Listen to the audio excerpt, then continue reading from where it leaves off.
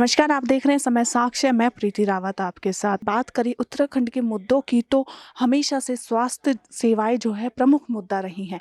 और ऐसे में ही इस बीच हम पहुंचे हैं लैंसडौन विधानसभा के जड़ाव खंड में डॉक्टर नरेंद्र गोनियाल के पास। सबसे पहला सवाल तो यही है, जिस प्रकार से हमेशा से ही उत्तराखंड को बने हुए 20-21 साल हो गए हैं, लेकिन आज भी जो प्रमुख मुद्दों में आते हैं स्वास्थ्य सेवाएं सबसे पहले आती है। इसको लेकर क्या कहेंगे आप?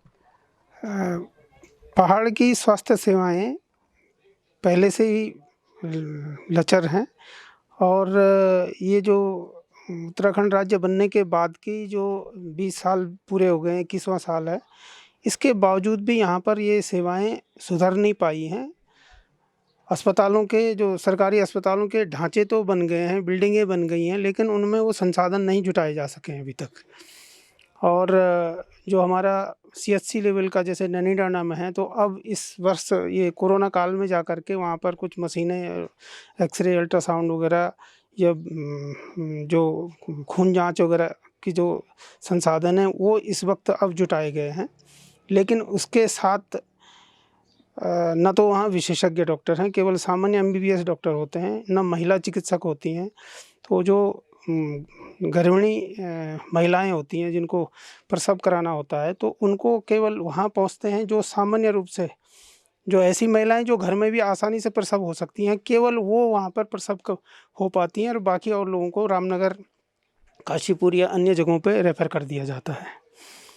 और कहीं जैसे कोई दुर्घटनाएं यहाँ अक्सर होती रहती हैं पहाड़ों में, तो जो दुर्घटना होती है तो वो ट्रॉमा के लिए यहाँ पर किसी तरह की कोई साधन नहीं है, कोई जैसे ब्लड चढ़ाने का कोई साधन नहीं है, और जो हेड इंजरी वगैरह हो उसके लिए कोई ऐसा ना तो कोई स्पेशलिस्ट है डॉक्टर, कोई सर्जन तक नहीं है, कोई महिला सर्जन नहीं है यहाँ पर।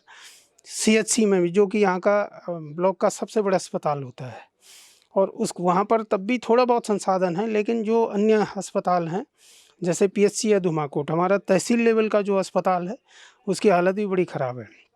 वहाँ पे कोई मुश्किल से कभी एक डॉक्टर जो है वहाँ पे उपलब्ध होते हैं, और अधिकांश जो बाकी एसएडीज हैं, जो राजकीय एलोपैथिक अस्पताल और जगहों पे जैसे अदाली खाल है, दिघोली खाल है, गौली खाल है, कमंदा है, हल्दू खाल है, इन जगहों पर केवल या तो फार्मासिस्ट वहाँ पे रहते हैं, वही अस्पताल को चला पाते हैं, और यदि कहीं पर कोई डॉक्टर आता है तो बहुत जल्दी वो ट्रांसफ़र होकर के चला जाता है।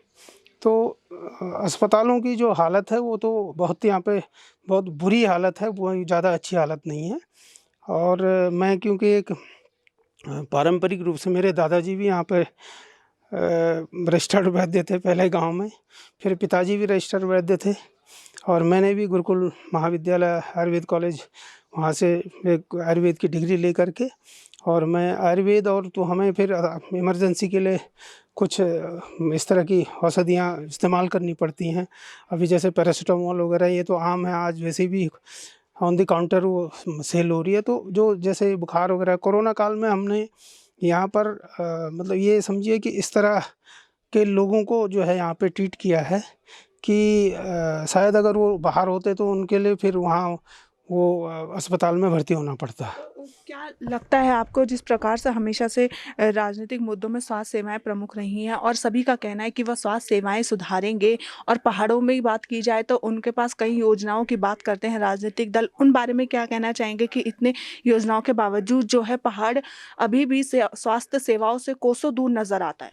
नहीं, स्वास्थ्य सेवाएं जो सरकारी बजट है वो तो कई योजनाओं में, जैसे एनआरएचएम की योजना है, और अस्पतालों में ये नहीं है कि बजट की शायद कमी नहीं होगी, बजट तो वहाँ खर्च होता है, लेकिन संसाधन, एक तो यहाँ पे कोई विशेषज्ञ चिकित्सक रहना नहीं चाहता, वो इसलिए कि वो अपने परिवार के साथ नहीं रह सकते, उनके बच्चों के लिए यहाँ पे कोई अच्छी शिक्षा की कोई जगह नहीं है, रहने के लिए कोई अच्छे नहीं है। अगर मतलब सरकारी अस्पतालों में उनके लिए आवासीय सुविधाएं हैं, लेकिन परिवार के लिए वो सुविधाएं नहीं है। बच्चे को अगर उनके कोई नर्सरी केजी या बड़े क्लास में बच्चे को पढ़ना है तो उसको बाहर रहना पड़ता है, तो वो यहाँ पर ज़्यादा टाइम तक कोई भी सेवाएँ नहीं दे सकता।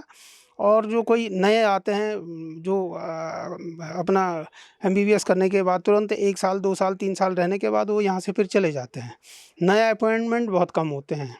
और कई तो ऐसे भी होते हैं कि जैसे अपॉइंट होते हैं लेकिन वो बीच बीच में अपना किसी भी तरह से एडजस्टमेंट करके ये यहाँ ज़्यादा रह नहीं पाते हो।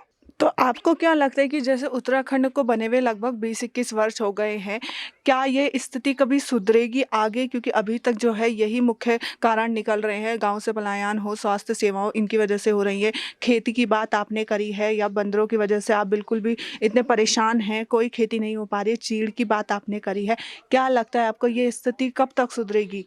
इसके लिए तो बहुत एक प्लान बनाना पड़ेगा। मैं ये समझता हूँ कि राज्य सरकार और केंद्र सरकार मिल कर के इस पे कम से कम विशेषकर पहाड़ की जो ये स्थिति हो रही है पलायन, और पलायन के साथ-साथ जो बेरोज़गारी हो रही है, अगर बेरोज़गार खेतों में अगर काम होता या पशुपालन हो रहा होता तो यहाँ के हमारे बच्चे जो है जिनकी नौकरी नहीं लग पाती और जाने की भी ज़रूरत नहीं थी, वो अपने खेतों में ही जो है इतना रोज़गार कर सकते थे। लेकिन ये स्थिति लगभग 30-40 साल पहले में, हमारा जो बचपन में 60 साल पूरा कर चुका हूँ, मैं 61वें साल में हूँ। मैं तब से यहाँ के चीज़ को देख रहा हूँ और मैंने खुद अपने खेतों में खुद काम किया है, पूरी खेती की है। उस वक़्त इतना हमारे खेतों में अन्न-धन होता था, तेल से लेकर के और कोई चीज़ हमें खरीद केवल कपड़ा, गुड़ और नमक, ये 3 चीज़ें होती थी जो हमें मार्केट से खरीदना पड़ता था, जिस पे हम बाज़ार पे निर्भर होते थे। बाकी सारी चीज़ें हमारे घरों में होती थी।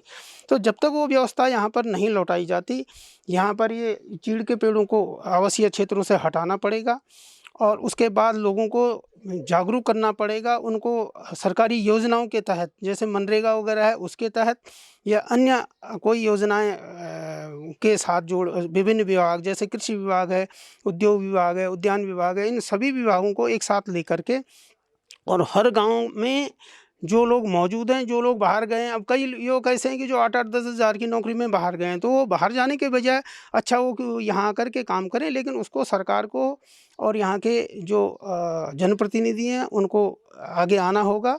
और जब तक कोई विशेष योजना नहीं बनती यहाँ के लिए, ये यहाँ का जो पहले जब राज्य बना था तो यहाँ पे एक विशेष राज्य का दर्जा इसको मिला हुआ था।